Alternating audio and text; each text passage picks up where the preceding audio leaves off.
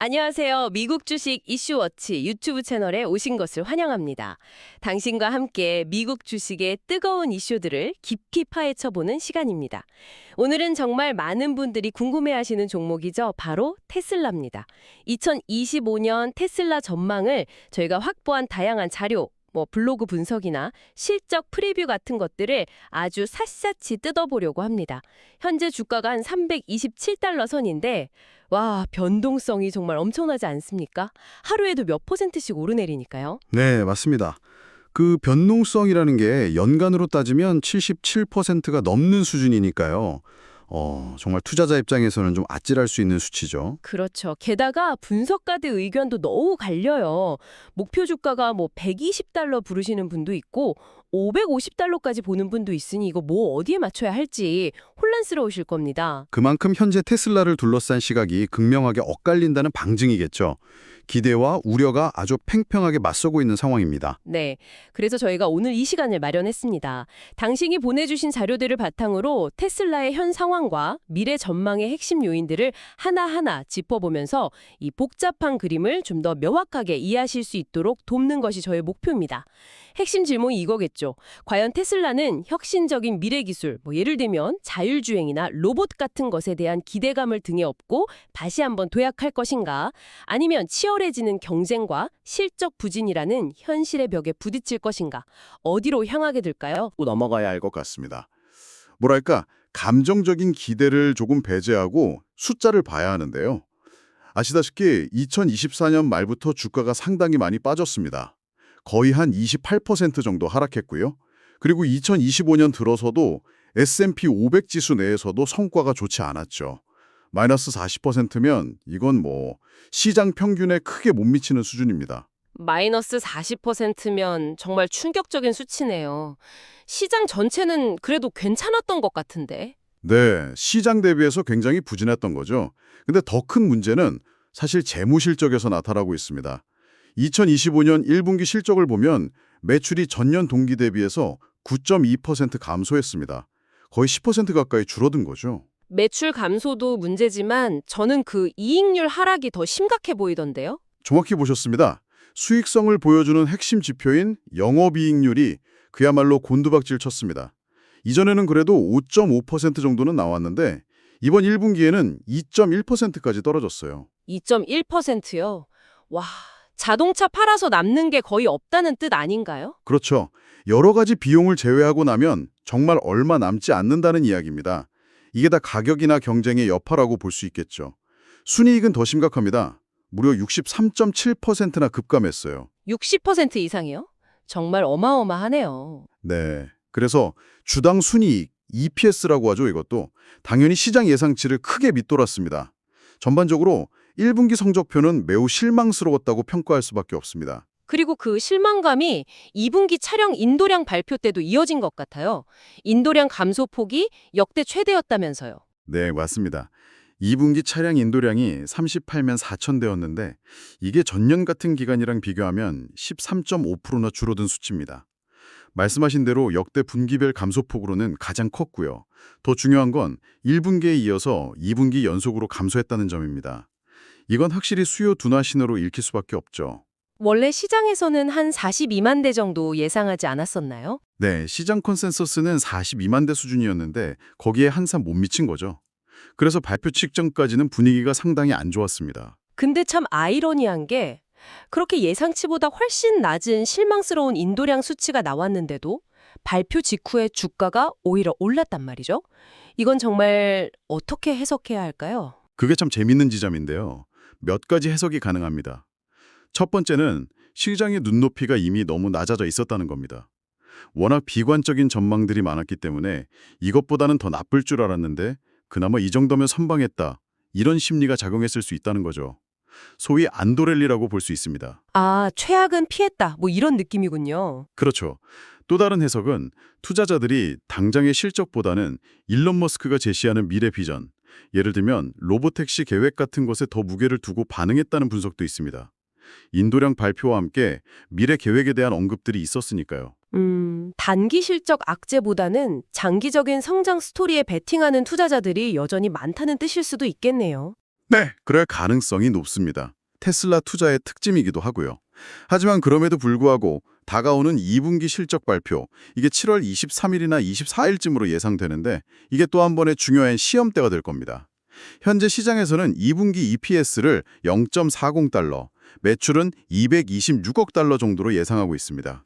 이것도 여전히 전년 동기 대비해서는 감소하는 수치예요. 계속해서 역성장이 예상되는군요. 이익률은 좀 어떤가요? 자동차 부문 총이익률 역시 계속 하락할 것으로 보고 있습니다. 대략 한 15% 수준까지 내려갈 수 있다는 전망이 나오고 있어요. 1분기 영업이익률 2.1%를 생각하면 총이익률 15%도 사실 썩 만족스럽지는 않죠.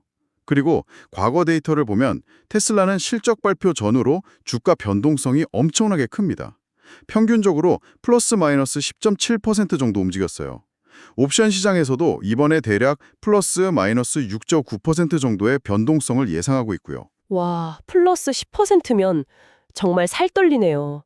실적 발표 하나에 천국과 지옥으로 오갈 수도 있겠군요. 네, 그래서 실적 발표 시즌에는 특히 투자에 유의해야 합니다. 변동성이 워낙 크니까요. 네, 알겠습니다. 지금까지는 좀 암울한 이야기들을 많이 나눴는데요. 그래도 희망적인 부분들도 분명히 있지 않습니까? 당신이 보내주신 자료들 속에서도 테슬라의 미래를 밝게 보는 근거들이 꽤 많았거든요. 저는 뭐니 해도 역시 완전 자율주행, FSD랑 로보택시, 이게 가장 강력한 무기라고 생각합니다.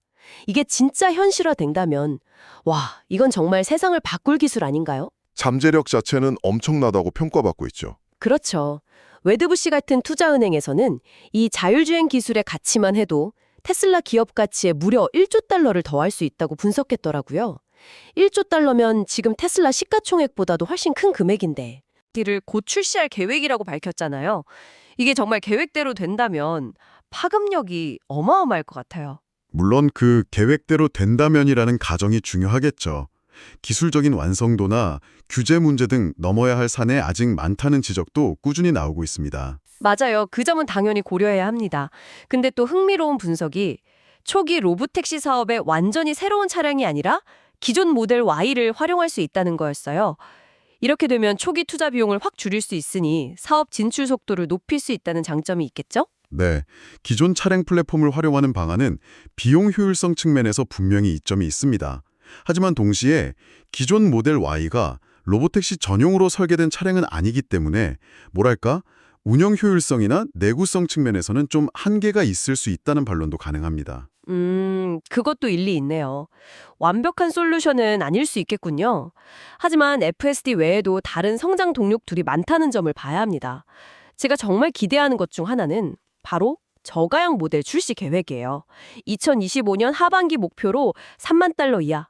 그러니까 우리 돈으로 하면 4천만 원이 채 안 되는 가격의 전기차를 내놓겠다는 거잖아요. 이게 진짜 나온다면 와, 이건 정말 게임 체인저가 될 수 있습니다. 가격대가 확실히 매력적이긴 하죠. 현재 모델 3나 모델 Y보다 훨씬 저렴하니까요.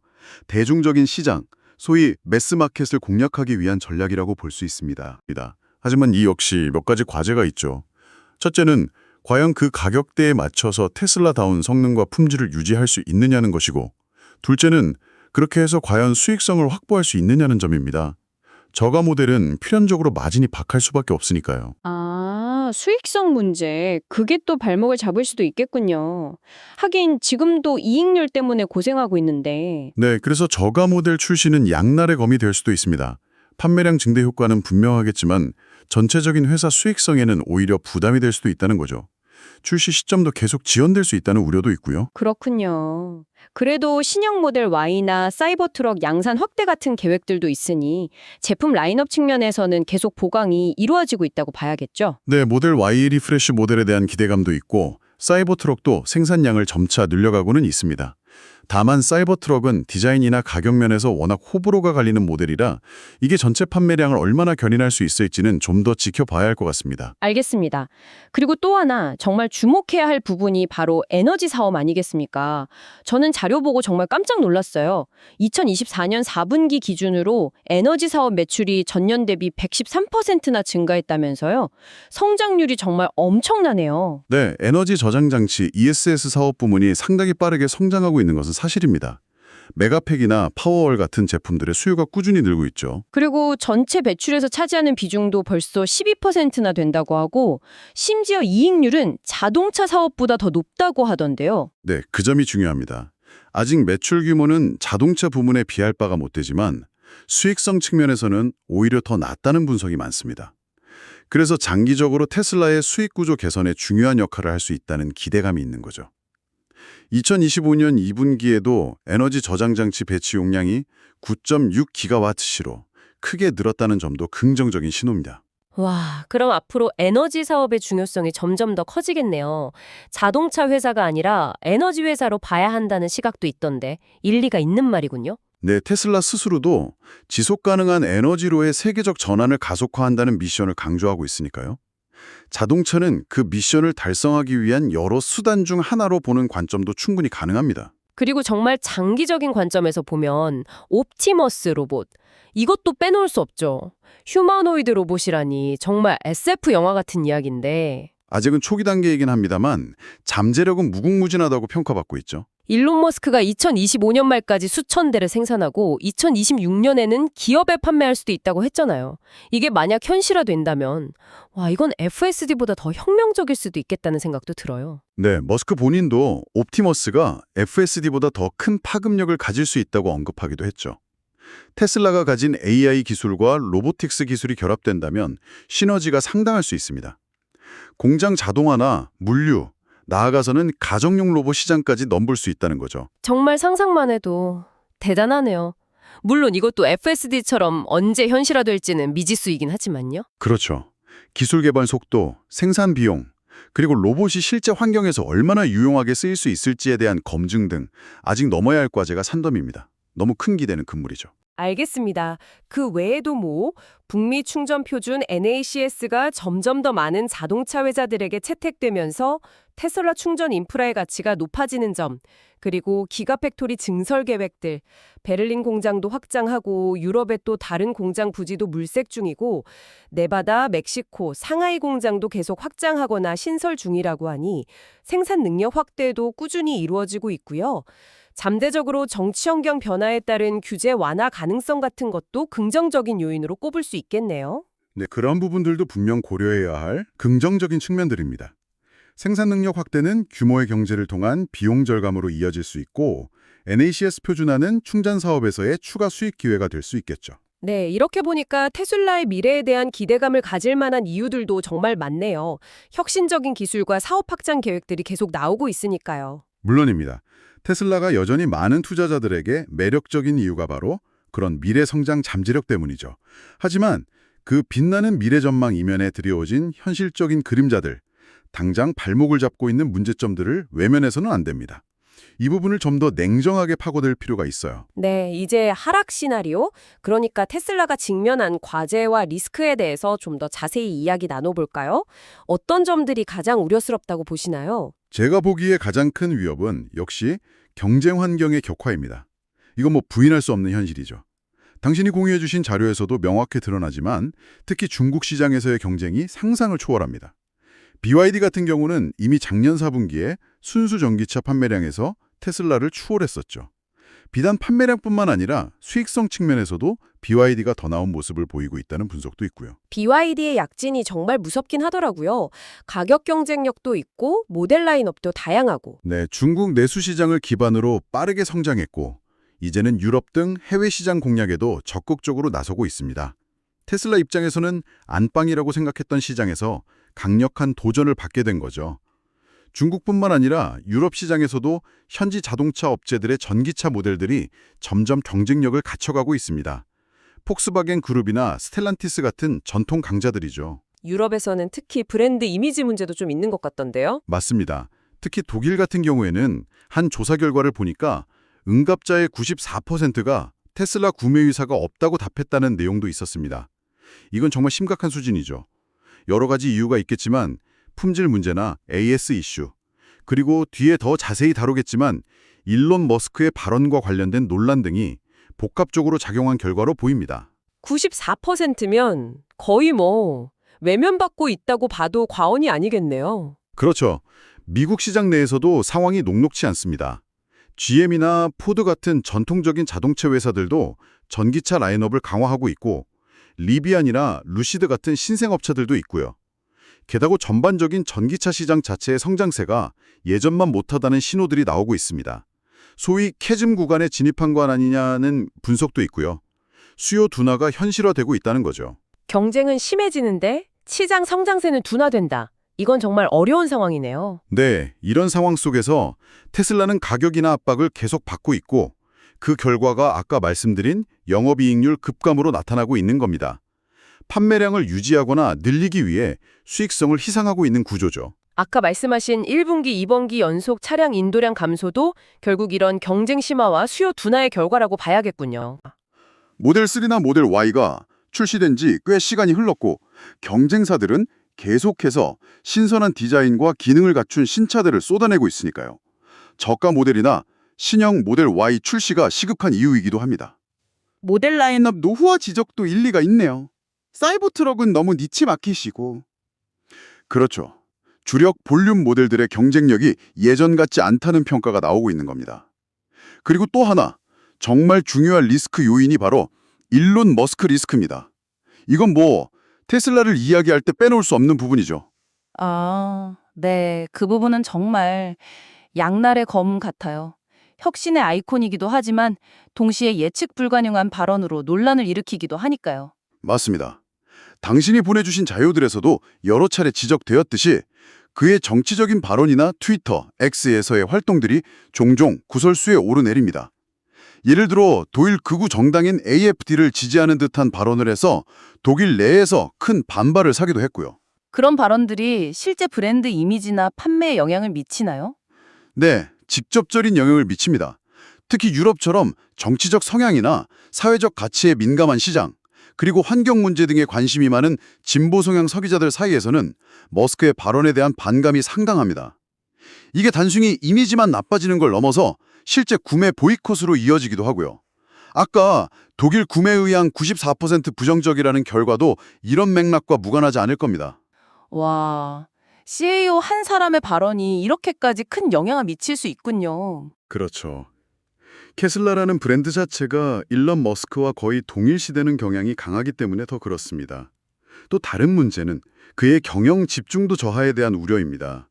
테슬라 외에도 스페이스X, 뉴럴링크, X, 트위터, 보링컴퍼니 등등 너무 많은 회사를 동시에 경영하고 있으니 과연 테슬라 경영에 온전히 집중할 수 있겠느냐는 의문이 계속 제기되는 거죠. 하긴 정말 몸이 10개라도 부족할 것 같긴 하네요. 네, 이런 일론 머스크 리스크는 테슬라의 주가 변동성을 키우는 주요 요인 중 하나이기도 합니다. 그의 말 한마디에 주가가 급등락하는 경우가 비일비재하니까요. 정말 불안정한 요소네요. 또 다른 리스크는 없을까요? 밸류에이션 부담을 지적하지 않을 수 없습니다. 현재 테슬라 주가의 선행 주가 수익 비율 PE가 188배에 달한다고 하는데요. 188배요?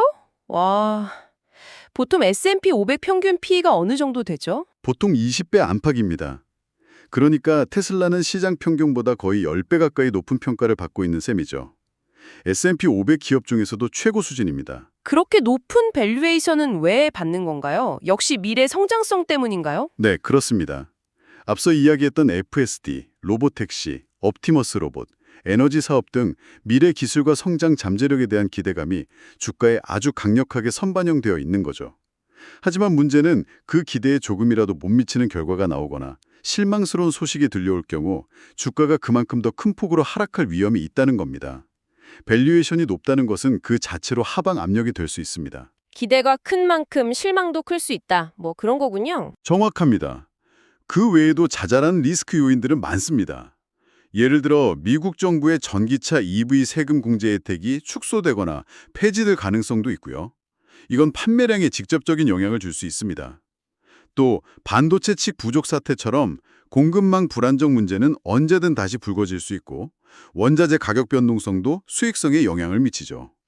그리고 앞서 잠깐 언급했지만 FSD나 로보택시, 저가 모델 같은 핵심 신사업들의 출시가 예상보다 계속 지연될 가능성도 무시할 수 없는 리스크입니다. 각종 규제 문제도 있고요. 와, 듣고 보니 정말 산 넘어 산이네요. 긍정적인 면 못지않게 부정적인 요인들도 정말 많고 복잡하게 얽혀 있군요. 네, 그렇습니다. 그래서 테슬라 투자가 어렵다고 하는 거죠. 단순히 좋다, 나쁘다로 이분법적으로 판단하기에는 고려해야 할 변수들이 너무 많습니다. 정말 말씀하신 대로 혁신적인 미래 기술 기업으로서의 엄청난 잠재력과 기대감, 그리고 당장 헤쳐나가야 할 자동차 제조사로서의 현실적인 어려움들, 이 두 가지가 정말 팽팽하게 맞서고 있는 형국이네요. 네, 정확하게 보셨습니다. 이게 바로 현재 테슬라를 둘러싼 핵심적인 갈등 구조라고 할 수 있습니다. 투자자들이 테슬라를 바라보는 시각도 크게 두 가지로 나뉘는 거죠. 파괴적 혁신을 이끄는 미래 기술 기업으로 보느냐, 아니면 경쟁 심화와 수익성 악화에 시달리는 자동차 제조사로 보느냐. 아까 실적이 부진하게 나왔는데도 주가가 올랐던 현상도 결국 그런 시각 차이에서 비롯된 거군요. 당장의 실적보다는 미래 기술에 대한 기대감이 더 크게 작용했다, 이렇게 볼 수 있겠네요. 네, 상당 부분 그렇다고 해석할 수 있습니다. 많은 투자자들이 여전히 테슬라를 단순한 자동차 회사가 아닌 AI, 로봇, 자율주행, 에너지 등 미래 산업을 선도할 플랫폼 기업으로 인식하고 있다는 증거죠. 물론 그 믿음이 언제까지 지속될지는 알 수 없지만요. 분석가들의 목표 주가가 그렇게 극단적으로 차이나는 이유도 이제 좀 이해가 되네요. 115달러를 부르는 분석가는 현재의 자동차 사업 현실과 리스크에 더 초점을 맞추는 것이고, 500달러 이상을 부르는 분석가는 FSD나 로보택시 같은 미래 기술의 잠재 가치를 훨씬 더 높게 평가하는 거고요. 맞습니다. 그 간극 자체가 현재 테슬라가 가진 기회와 위험, 그리고 그에 따른 극심한 불확실성을 그대로 보여주는 겁니다. 어느 한쪽의 시각만이 옳다고 단정하기는 어렵습니다. 그렇군요. 결국 테슬라는 정말 중요한 변곡점 위에 서 있는 것 같습니다. 엄청난 잠재력을 품고 있지만 동시에 심각한 당면 과제들도 안고 있고요. 앞으로의 방향을 결정짓는 핵심 변수들을 다시 한번 정리해보자면 역시 FSD와 로보택시의 상용화 속도와 성공 여부가 가장 중요할 것 같고요. 네, 그게 테슬라가 주장하는 기술 기업으로서의 가치를 직면하는 핵심이 되겠죠. 그리고 저가 모델의 성공적인 출시와 시장 안착 여부, 이게 판매량 확대와 시장 점유율 방어에 중요할 테고요. 그렇죠. 동시에 수익성을 얼마나 확보할 수 있느냐가 관건이 될 겁니다. 에너지 사업과 옵티머스 로봇 사업의 실질적인 성과도 계속 지켜봐야 하고요. 이게 자동차 사업의 부진을 얼마나 만회해주고 새로운 성장 동력이 되어줄지. 네, 특히 에너지 사업의 수익성은 계속 주목해야 할 부분입니다. 마지막으로 역시 일론 머스크 리스크를 어떻게 관리하느냐. 이것도 빼놓을 수 없겠네요. 네, 그의 리더십과 소통 방식이 앞으로 테슬라의 행보에 계속해서 큰 영향을 미칠 것으로 보입니다. 자, 그럼 마지막으로 오늘 이야기를 마무리하면서 당신에게 한번 질문을 던져보고 싶습니다. 오늘 저희가 나눈 여러 가지 요인들을 종합적으로 고려했을 때 당신이 보시기에 테슬라의 미래는 어디에 더 달려있다고 생각하시나요? 현재 주력 사업인 자동차 부문, 그러니까 판매량을 회복하고 수익성을 개선하는 것에 더 무게가 실릴까요? 아니면 로보택시나 옵티머스 로봇처럼 아직은 실현되지 않았지만 잠재력이 큰 완전히 새로운 기술의 성공적인 성용화에 더 미래가 좌우될 거라고 보시나요? 와, 정말 어려운 질문인데요. 어느 한쪽으로 쉽게 답하기가 힘드네요. 네, 그렇죠. 정답은 없습니다. 하지만 이 질문에 대해 스스로 한번 깊이 생각해 보시는 것이 앞으로 테슬라라는 기업을 바라보고 투자 결정을 내리는 데 있어서 당신만의 명확한 관점을 세우는 데 도움이 될 거라고 생각합니다. 네, 정말 좋은 질문인 것 같습니다. 청취자 여러분께서도 한번 각자의 생각을 정리해 보시면 좋겠네요. 오늘 저희가 나눈 테슬라에 대한 심층 분석은 당신께서 제공해 주신 다양한 자료와 정보를 바탕으로 이루어졌습니다. 하지만 이는 정보 제공을 목적으로 하는 것이며 특정 종목에 대한 매수 또는 매도 추천이 아님을 다시 한번 분명히 말씀드립니다. 모든 투자에 대한 최종적인 판단과 결정은 투자자 본인의 책임 하에 신중하게 이루어져야 합니다. 이 점 꼭 유념해 주시기 바랍니다. 또한 저희가 오늘 분석하고 이야기 나눈 내용 중 일부는 AI 기술의 도움을 받아 정보를 구성하고 분석한 결과가 포함되어 있을 수 있습니다. 따라서 내용 중에 혹시 사실과 다르거나 시혜성이 떨어지는 정보가 포함되어 있을 가능성도 배제할 수 없으니 이 점도 참고해 주시면 감사하겠습니다. 네, 맞습니다. 항상 다양한 정보를 교차 확인하시고 본인만의 투자 원칙을 세우시는 것이 중요합니다.